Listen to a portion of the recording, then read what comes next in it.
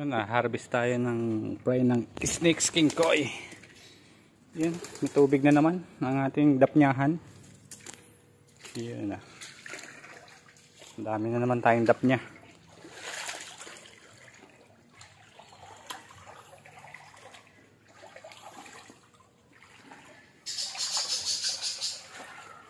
Harvestan natin ang ating kani. Ang ating fry ng snake skin koi. Ito, ubod ng dami nun.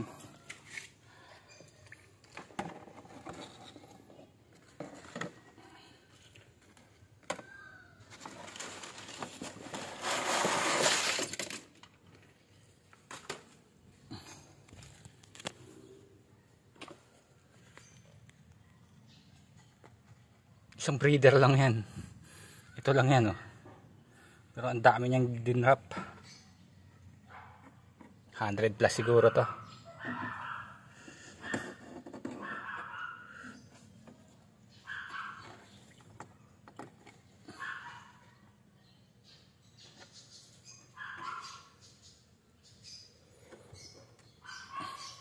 Yan, paano ko iaangat? Yun.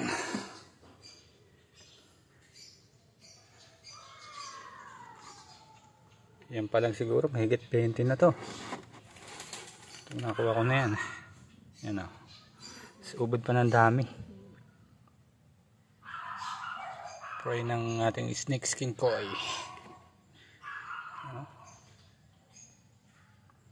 Bandang December. Ano na to?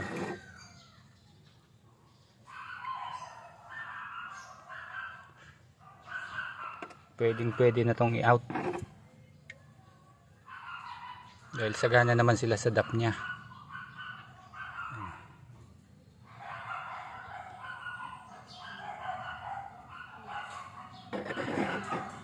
Mamaya i-count natin kung ilan. Kung ilan ang dirap ng ating nag-iisang breeder. Yan o. Kasipag kasing sumundot. Ayan o. Pagka drop niya dito,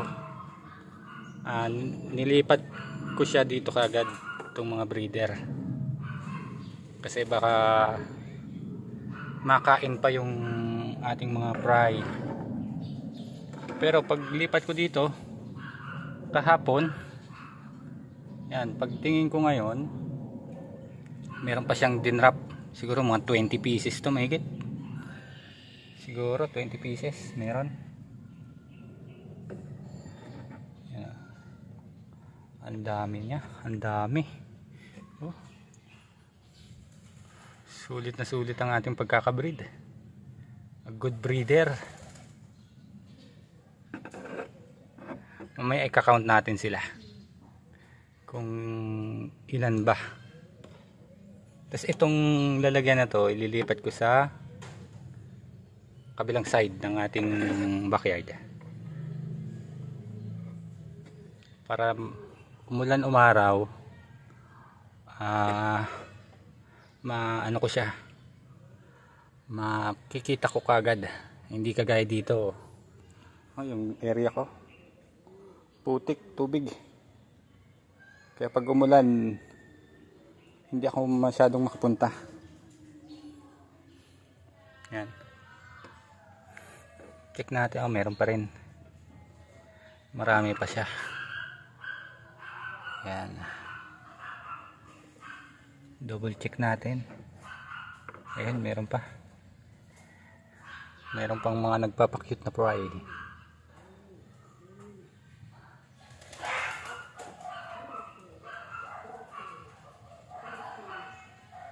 Baka meron pang natira-tira, tignan natin.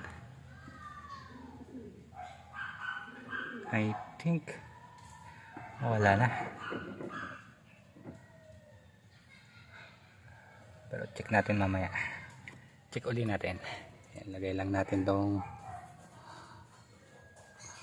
onward. Dito naman ang ating kukolek.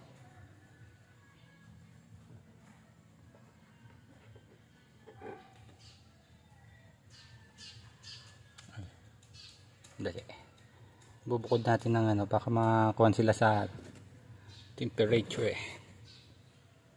Yan.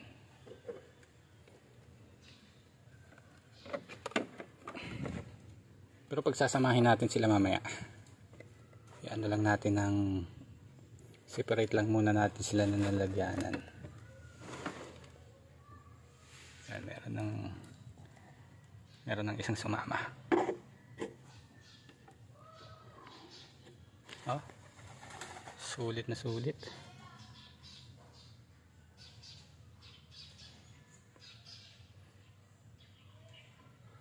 Sa reptab ko sana sila ilalagay, kaso medyo nag-uulan nga eh, kaya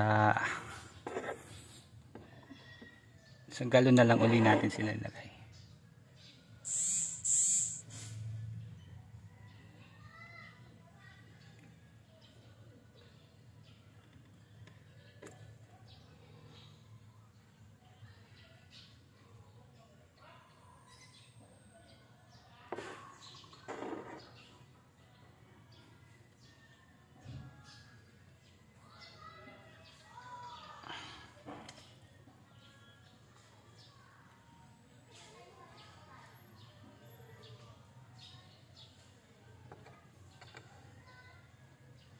Yan, meron pa.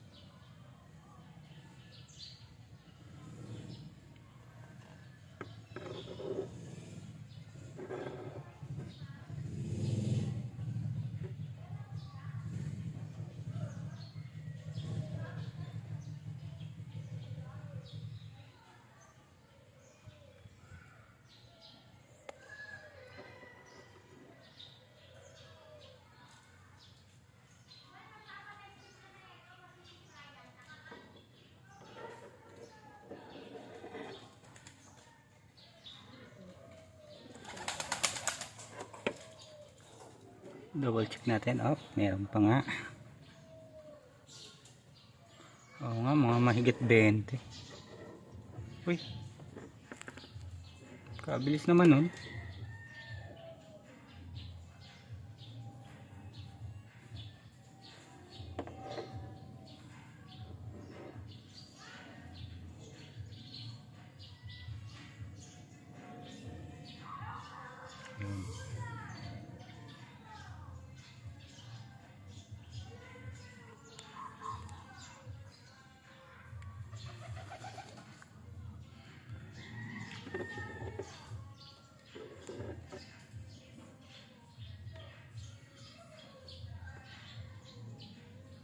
Yan, naging ano ko kasi ratio, dalawang male, isang female. Yan.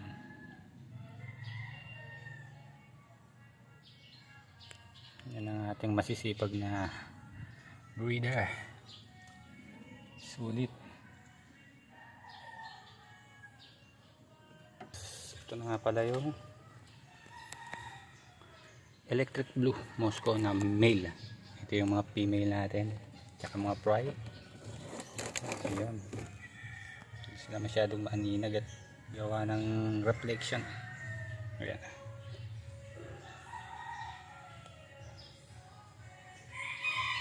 Tapos ito yung sinasabi kong bakante, reptab. Tatlo yan, isa,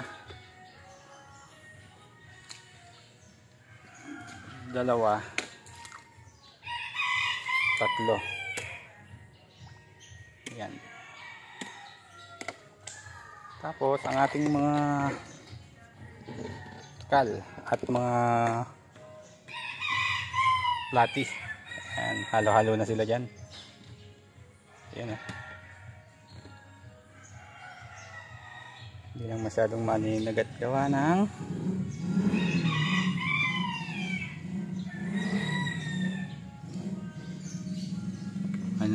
araw, reflection ng araw. Tapos yun, na-count natin 112 lahat na fry ng snake skin koi. Yung nakalagay dito kanina is 26. Tapos dito ay 86. Bali total of 112. Ayan. Bali ilalagay natin sila sa aquarium para maanuhan natin, mabantayan natin.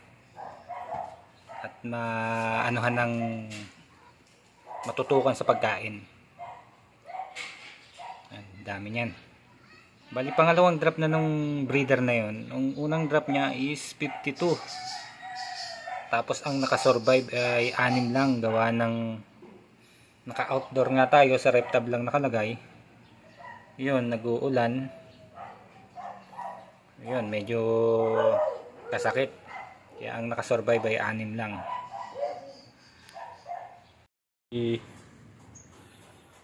Sa aquarium natin sila ito transfer. Ito yung aquarium. Dito natin lalagay. Naka-stack na yung tubig na yan.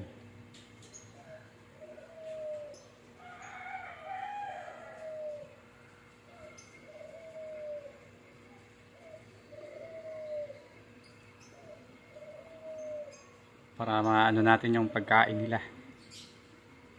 Ma-maintain natin. Lagyan natin pa ng makopa. Ayan.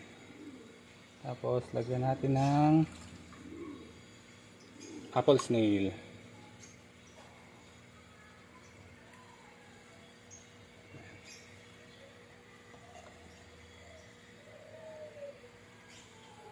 Kali. Correct. Ako na yan. Dahil same naman sila ng tubig. Pinanggalingan.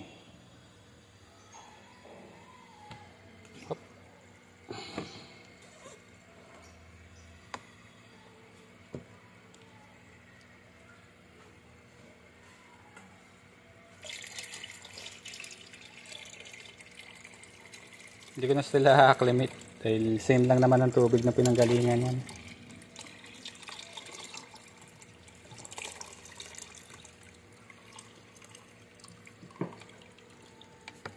Yun.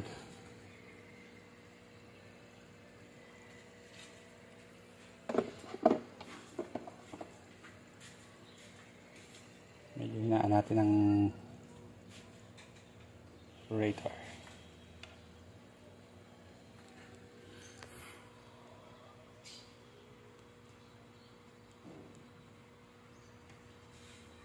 Bali mga 2 weeks sila dyan. Tapos transfer na natin yung iba. Ayan o.